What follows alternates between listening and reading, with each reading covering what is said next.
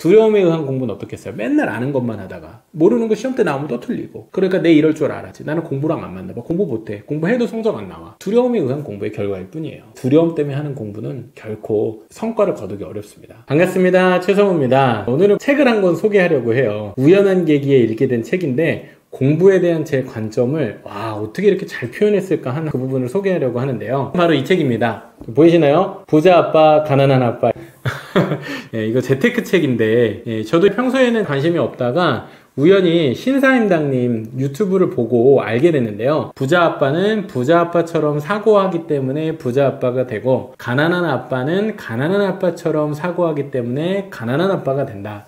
이 책은 돈에 대한 얘기만을 할 뿐 아니라 사고와 관점에 대한 이야기를 하고 있다는 거잖아요. 저는 공부도 마찬가지라고 생각하거든요. 공부도 부자 공부가 있고 가난한 공부가 있다. 부자처럼 공부하면 부자가 되고, 가난한 공부, 가난하게 공부하면 계속 가난해지는 거라고 생각해요. 1등하는 공부 따로 있고 꼴등하는 공부 따로 있고, 부익부 빈익빈이 공부에도 있다 생각을 했습니다. 책 초반을 읽으면서 한 구절이 제 눈길을 확 잡아 끌었어요. 너무너무 매력적인 문장이 있었는데 그 몇 구절을 보면서 어떻게 하면 공부 잘할 수 있을지 생각해 보도록 하겠습니다. 자, 먼저 제가 인상 깊었던 그 구절을 설명하기 전에 책의 초반부 스토리를 잠깐 말씀드릴게요. 주인공이 나와요. 주인공에게는 두 명의 아빠가 있습니다. 두 명의 아빠 중 한 명은 가난한 아빠, 한 명은 부자 아빠입니다. 자, 주인공은 어떻게 부자가 되는지를 배우기 위해서 부자 아빠를 찾아가는데요. 부자 아빠는 부자가 되는 비법을 직접 가르쳐주지 않고 경험시켜줍니다. 어떻게요? 자, 부자 아빠가 운영하는 가게에서 3주 동안 점원으로 일을 시켜요. 허드렛 일을 하는 거죠. 어린 나이에 허드렛 일을 하면서 불과 시간당 10센트, 아주 적은 금액을 3주 정도 하니까 이제 막 화가 났어. 나를 완전히 노예처럼 부려먹는구나. 그래서 주인공이 부자 아빠를 찾아가 따지기 시작합니다. 이제 그만하겠다. 나 이 돈 받고 일을 못한다. 따지러 찾아간 거예요. 그때 그 부자 아빠가 내가 너한테 부자가 되는 비법은 이거야 라고 가르쳤으면 네가 과연 들었을까? 나는 그걸 너에게 경험시켜 주려고 일부러 그 3주간의 시간을 보내게 한 거야. 이렇게 얘기를 합니다. 바로 그 장면에서 부자 아빠가 하는 말이 정말 인상 깊은 내용이어서 같이 하나하나 짚어보도록 하겠습니다. 전문을 한번 읽어볼게요. 잘 들어주세요. 진정한 배움에는 활력과 열정, 그리고 불타는 욕망이 필요하거든. 헌데 그 방정식에서 커다란 부분을 분노가 차지하지. 분노와 사랑이 결합된 것이 열정이라 그렇다. 그런데 대부분의 사람들이 돈 문제에 있어서만큼은 안전을 추구하고 안정감을 느끼고 싶어 하지. 그래서 열정이 아니라 두려움을 따르는 거야. 야, 이거 공부는 완전히 적용이 돼요. 너무 공감이 가는 구절이어서 제가 이 부분에 대한 제 생각을 이야기를 해보도록 할게요. 첫 번째 포인트는 바로 분노입니다. 자, 이런 구절이 있었죠. 배움의 방정식을 구성하는 데 있어서 가장 큰 비중을 차지하는 게 분노다. 분노가 없는 친구들이 있어요. 분노는 불만족이라고도 표현될 수 있습니다. 공부하는 데 있어서 불만족스러워. 아랫배가 묵직하게 자다가도 벌떡 일어나게 만드는 어떤 감정이에요. 좌절감, 실패감과 함께 동반되는 것들이기도 하고요. 씁쓸한 마음이 올 때 결코 그것을 묵인하고 그냥 지나보낼 수 없는 답답한 그 마음, 그걸 바로 불만족, 좀 더 뜨거운 마음, 분노라고 표현하는데 학생들 만나보면 분노가 없어요. 네, 분노가 없습니다. 불만족이 없다는 거예요. 뒤집어서 얘기할까요? 만족하고 있다는 거예요. 선생님 저는 뭐 그냥 점수 맞춰서 갈게요. 점수 맞춰 갈 때 그건 목표가 될 수 없죠. 그런데 왜 아이들이 분노하는 법을 잃어버렸을까? 여러 가지 이유가 있다고 생각하지만 그 중에 한 가지가 바로 실패에 길들여졌기 때문이라고 생각해요. 학생들을 만나보면 내가 할 수 없다는 생각이 사로잡혀 있는 경우가 많습니다. 실패를 반복해 왔기 때문에 그래요. 내가 어떻게 잘못해왔는지를 따져보지 않고 그냥 잘못한 결과, 실패한 결과만 보고 그게 전부 자신의 실패일 거라고만 생각하는, 사실 그렇지 않습니다. 우리는 실패할 수는 있지만 그 실패 자체가 우리 자신이 아니거든요. 근데 아이들에게 이걸 가르쳐주지 않아요. 실패한 결과에는 실패한 원인이 있다는 사실을 정확히 분석해 줌으로써 내가 실패한 게 아니라 내가 이러한 지점에서 잘못 노력했기 때문에 실패한 결과가 나왔구나라는 것을 명확히 인식시켜줘야 되는데, 이러한 난 분석 작업 없이 그냥 이거를 뭉뚱그려서 너는 실패자 이미지를 갖기 때문에 우리 아이들이 나는 할 수 없어라고 무기력감에 빠지게 되는 거죠. 관련해서 책을 한 권 소개해 드릴게요. 바로 이 책입니다. 하버드 상위 1%의 비밀이라는 책인데, 책 제목 보면은 무슨 공부법 설명하는 책 같은데 그게 아니에요. 이 책은 우리가 주어진 목표에 매진하고 열정을 다하지 못하게 만드는 주변의 부정적인 메시지들, 그것을 차단해야 된다는 이야기를 담고 있습니다. 그러니까 너는 할 수 없어, 너는 실패자야, 너는 그 꿈을 이룰 수 없어, 이런 이야기들에 대해서 그냥 귀를 닫아버리라는 거예요. 지극히 동감하는데, 이 책은 굉장히 성공 사례들이 가득해요. 실패의 메시지들 속에서, 그 부정적인 환경들 속에서 그 메시지를 끊어내고 10만의 목표를 성취했던 놀라운 케이스들이 이 책에 굉장히 많기 때문에 저는 반드시 사두시고 집에 꼭 꽂아 놓으시고 학령기 자녀를 두신 학부모님들은 반드시 읽어보셔야 될 책이라고 생각합니다. 뒷광고 아닙니다. 자, 두 번째 포인트는 바로 사랑입니다. 사랑이요? 이런 문장이 나와요. 분노와 사랑이 결합된 것이 열정이라 그렇다.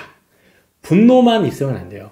분노와 사랑이 함께 있는 거예요. 내가 사랑하는 사람이 있어요. 근데 그 사랑하는 사람이 큰 병에 걸려 있어요. 그럼 어떻게 해요? 그 사람을 살려낼 방법을 어떻게든 찾겠죠. 그때 끌어져 나온 힘이 뭐예요? 열정인 거예요. 사랑하는 사람이 아파하고 힘들어하는 걸 보면 우리는 어때요? 분노의 감정을 느끼잖아요. 그리고 그 사랑하는 사람이 행복해질 수 있도록 무슨 방법이 찾아내게 되어 있습니다. 그게 바로 열정이라는 거죠. 아이들에게 열정이 없는 이유. 우리 애들은 열정이 없어. 열정이 왜 없는가를 생각해 보셨어야 되는데, 오늘 이 문장이 엄청난 힌트를 줍니다. 열정의 핵심적 요소가 뭐예요? 사랑입니다. 사랑은 혼자 하는 게 아니에요. 자기에는요, 자신의 한계를 극복할 만큼의 강력한 동기부여가 되지 못하는 경우가 많아요. 보통은 그냥 스스로 만족하고 위로를 삼죠. 적당히 자기 만족? 왜냐면 내가 쉬거나 만족해하거나 내가 좀 오늘 편안하게 자는 것도 내가 느끼는 행복이잖아요. 나의 만족이잖아요. 그렇기 때문에 자기 만족이라는 것은 자신의 한계를 극복할 만큼, 자신의 부정적 환경을 극복할 만큼 강력한 동기가 되지 못할 수도 있다고 생각을 합니다. 사랑은 다른 존재, 타자가 반드시 필요합니다. 관련해서 되게 좋아하는 시가 한 편 있어요. 바로 김춘수 시인의 꽃이라는 시입니다. 내가 그의 이름을 불러주기 전에는 그는 다만 하나의 몸짓에 지나지 않았다. 내가 그의 이름을 불러주었을 때 그는 나에게로 와서 꽃이 되었다. 꽃이 된다는 거, 의미 있는 존재가 된다는 거죠. 자, 우리가 누군가에게 있어서 의미 있는 존재가 된다는 사실, 반대로 어떤 이가 내게로 와서 의미 있는 존재가 된다는 사실. 자, 예를 들어 볼까요? 의대에 진학하려는 학생들, 가장 중요한 동기가 뭘까요? 그것은 바로 환자의 건강일 겁니다. 환자들이 아프고 불행한 모습을 보면서 안타까워하던 심정을 가지고 그들이 어떻게 하면 건강해지고 행복해질 수 있을까를 고민하면서 의사가 되는 거죠. 환자들을 치료하면서 그게 가장 큰 보람이 되는 거예요. 이게 바로 타자를 향한 사랑입니다. 그만큼 강력한 동기가 될 수 있다는 거죠. 자, 이 외에도 예를 들면 빈곤층, 가난한 사람들, 영국의 빈민들을 바라보면서 안타까운 마음으로 왜 이토록 가난하게 아동들이 노동에 착취당하면서 공장에서 배우지도 못하고 이렇게 힘들게 일을 해야 되는 걸까? 가난하기 때문이구나. 우리는 왜 풍요롭지 못하지? 이 일을 놓고 깊이 고민했던 사람, 아담 스미스죠. 그래서 국부로 이러한 빈곤한 사람들의 삶을 개선할 수 있을지 간절히 고민했던 그 결과가 오늘날의 자본주의의 초석이 되었던 고전, 명작을 낳게 되었습니다. 자, 이 아이들에게 배워서 남 주어야 된다라고 가르쳐야 됩니다. 남을 주기 위해서 우리가 배워야 된다는 거죠. 그래서 내가 공부를 왜 해야 돼? 네가 잘 먹고 잘 살라고 가르치는 게 아니라 정말 내가 이 가치 있는 것들을 배워서 누굴 이롭게 할까? 누굴 도울 것인가? 이런 생각들을 아이들에게 할 수 있도록 동기를 부여해 주시면 좋겠습니다. 세 번째 키워드는 두려움인데요. 제가 읽었던 구절의 마지막 부분에 이런 문장이 나옵니다. 대부분의 사람들이 돈 문제에 있어서는 안전을 추구하고 안정감을 느끼고 싶어 하지. 그래서 열정이 아니라 두려움을 따르는 거야. 돈이라고 하는 거를 공부로 딱 바꾸면 그대로 적용이 돼요. 공부 문제에 있어서만큼은 안전을 추구하고 안정감을 느끼고 싶어 하지. 그래서 열정이 아니라 두려움을 따르는 거야. 똑같아요. 두려움 때문에 하는 공부 어떤 건지 아세요? 내가 숙제 안 했다는 걸 우리 선생님께 들키면 어쩌지? 성적 떨어진 거 우리 엄마가 알면 어쩌지? 결국 대학 입시 실패하면 어쩌지? 자, 이건 두려움으로 인해서 하는 공부예요. 두려움으로 인한 공부는 결코 열정을 향해 즐기면서 하는 공부를 이길 수 없습니다. 두려움을 버린다는 건 어떤 것이냐? 목적에 대해 생각하는 거예요. 내가 이 공부를 왜 하고 있는지 목적을 생각하셔야 됩니다. 내가 왜 하고 있는지도 모르는 공부를 그저 두렵기 때문에 성적이 떨어질까봐 두려워서 학원을 다니고 성적이 떨어질까봐 스터디 카페 가서 앉아 있습니다. 하지만 정작 집중하지는 않죠. 두려움에 사로잡혀 있으면 주변과 비교하게 돼요. 공부 자체에 몰입할 수가 없게 되죠. 또 이런 차이가 있어요. 두려움에 사로잡히게 되면은요, 내가 모르는 걸 만날까봐, 내가 실력이 없다는 게 드러날까봐 두려워해서 아는 것만 풀려고, 익숙한 것만 보려고 해요. 어려운 문제 피해가고 틀린 문제 복습 안 하고. 자, 근데 열정이 있는 공부는 어떨까요? 오히려 내가 모르는 문제, 틀리는 문제 나오는 걸 반가워합니다. 그래? 네가 이기나 내가 이기나 한번 해보자. 왜? 나는 해야 될 목표가 있으니까. 내가 너 이겨버릴 거야. 그리고 결국 그 문제를 이해해내고 맙니다. 자, 문제를 틀리는 건 당연해요. 근데 그 틀리고 나서 그 문제에 대해 이래서 내가 실패했던 거구나. 이래서 이 문제를 틀렸던 거구나. 깨달아 알게 되면 어떻게 해요? 일단 기쁨이 오죠. 희열이 옵니다. 그리고 시험 때는 그 문제를 틀리지 않게 되죠. 성장이 있을 거니까 선순환이 일어나는 겁니다. 두려움에 의한 공부는 어떻겠어요? 맨날 아는 것만 하다가 모르는 거 시험 때 나오면 또 틀리고. 그러니까 내 이럴 줄 알았지. 나는 공부랑 안 맞나 봐. 공부 못해. 공부해도 성적 안 나와. 두려움에 의한 공부의 결과일 뿐이에요. 두려움 때문에 하는 공부는 결코 성과를 거두기 어렵습니다. 공부의 본질에 대해서 과감하게 생각해 보셨으면 좋겠어요. 공부 왜 하는지 생각해 보고, 과연 지금 하고 있는 공부가 올바른 방법인가, 이 방향으로 나아가는 게 맞는가 과감하게 생각해 보셔야 됩니다. 자, 배짱 있게 키우려면은요, 먼저 부모님들부터 배짱을 가지셔야 돼요.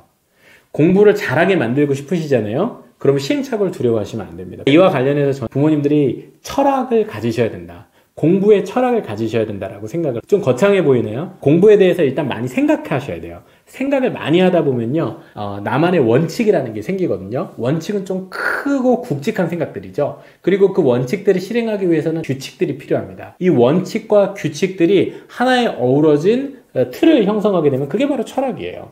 나만의 교육의 철학, 공부의 철학이 필요합니다. 자, 두 번째 꼭 기억하셨으면 좋겠는 포인트는요, 인내심을 가지셔야 돼요. 다른 말로 불안을 이긴다입니다.